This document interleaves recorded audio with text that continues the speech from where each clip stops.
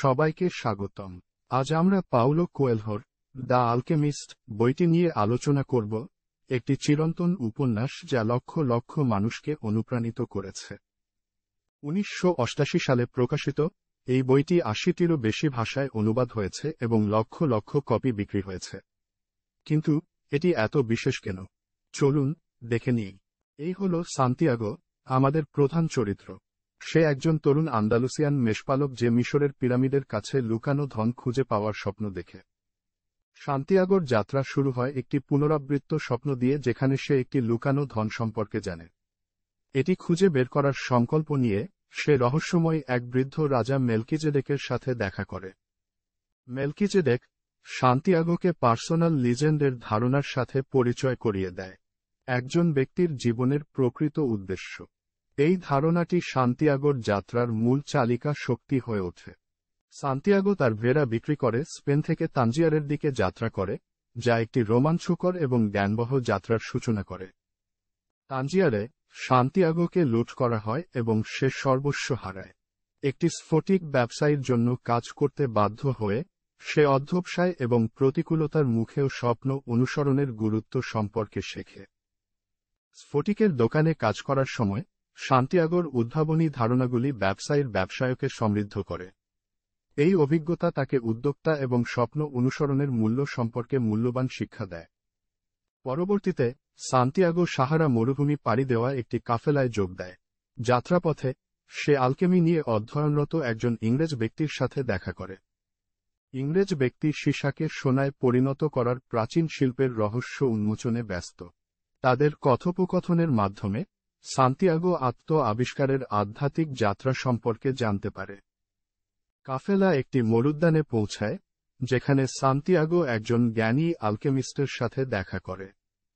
Alchemist সান্তিয়াগোর পরামর্শক হয়ে ওঠে এবং তাকে শেখায় যে প্রকৃত ধন মনের অভ্যন্তরে এবং বিশ্বাত্মার সাথে সংযোগ স্থাপনে রয়েছে।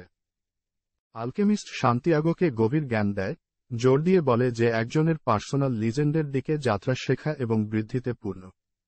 অবশেষে সান্তিয়াগো পিরামিডে পৌঁছায়, কিন্তু সোনার পরিবর্তে সে একটি গভীর সত্য আবিষ্কার করে, যে প্রকৃত ধন হল তার যাত্রা চলাকালীন অর্জিত জ্ঞান এবং অভিজ্ঞতা। সান্তিয়াগোর গল্পটি সুন্দরভাবে দেখায় যে গন্তব্যের মতো যাত্রাটিও গুরুত্বপূর্ণ। এটি আমাদের হৃদয়ের কথা শোনা, আমাদের স্বপ্ন অনুসরণ করা এবং পথের মধ্যে শেখা পাঠগুলি গ্রহণ করার গুরুত্বের কথা মনে করিয়ে দেয়। দ্য আলকেমিস্ট এত মানুষের হৃদয় স্পর্শ করেছে কেন? হয়তো কারণ এটি অর্থ এবং উদ্দেশ্যের সার্বজনীন অনুসন্ধানের কথা বলে। সান্তিয়াগোর যাত্রা আমাদের মনে করিয়ে দেয় যে আমাদের সবার অনুসরণ করার মতো একটি পার্সোনাল লিজেন্ড রয়েছে। সান্তিয়াগো স্পেনের আন্দালুসিয়ায় বসবাসরত একজন মেষপালক, একাধিকবার একই স্বপ্ন দেখে, যেখানে সে মিশরের পিরামিডের কাছে লুকানো ধন খুঁজে পায়। সে এক ভবিষ্যদ্বক্তার সাথে এই স্বপ্ন নিয়ে পরামর্শ করে এবং ভবিষ্যদ্বক্তা তাকে এই স্বপ্ন অনুসরণ করতে বলে। প্রাথমিকভাবে সন্দেহপ্রবণ হলেও সান্তিয়াগো এক বৃদ্ধ রাজা মেলকিজেদেকের সাথে দেখা করে, যিনি তাকে পার্সোনাল লিজেন্ড বা জীবনের প্রকৃত উদ্দেশ্য সম্পর্কে পরিচয় করিয়ে দেন। রাজা তাকে উরিম এবং থুমিম নামক দুটি জাদুকরী পাথর দেন, যা তাকে ভবিষ্যতে সংকেত বুঝতে সাহায্য করবে। রাজা মেলকিজেদেকের জ্ঞান দ্বারা অনুপ্রাণিত হয়ে সান্তিয়াগো তার ভেড়ার পাল বিক্রি করে আফ্রিকার উদ্দেশ্যে যাত্রা করে। কিন্তু তানজিয়ারে পৌঁছে সে তার সমস্ত অর্থ হারায় এবং একটি স্ফটিক ব্যবসায়ীর জন্য কাজ করতে বাধ্য হয়। এই সময়ে সান্তিয়াগো অধ্যবসায়, ব্যক্তিগত উন্নতি এবং স্বপ্ন অনুসরণের গুরুত্ব সম্পর্কে অনেক কিছু শিখে। সান্তিয়াগো সাহারা মরুভূমি পাড়ি দেওয়ার একটি কাফেলায় যোগ দেয়, যেখানে তার সাথে আলকেমি নিয়ে অধ্যয়নরত একজন ইংরেজ ব্যক্তির দেখা হয়।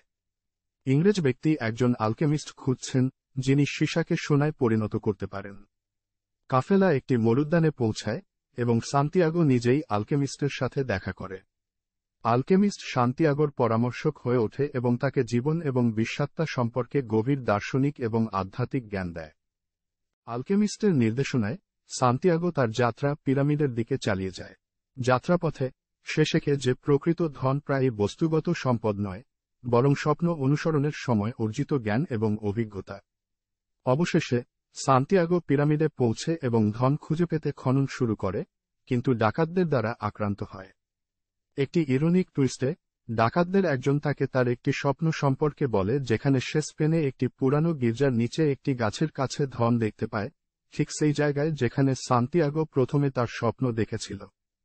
তার যাত্রার প্রকৃত অর্থ বুঝতে পেরে সান্তিয়াগো স্পেনে ফিরে যায় এবং গাছের নিচের সত্যিকার ধন খুঁজে পায়।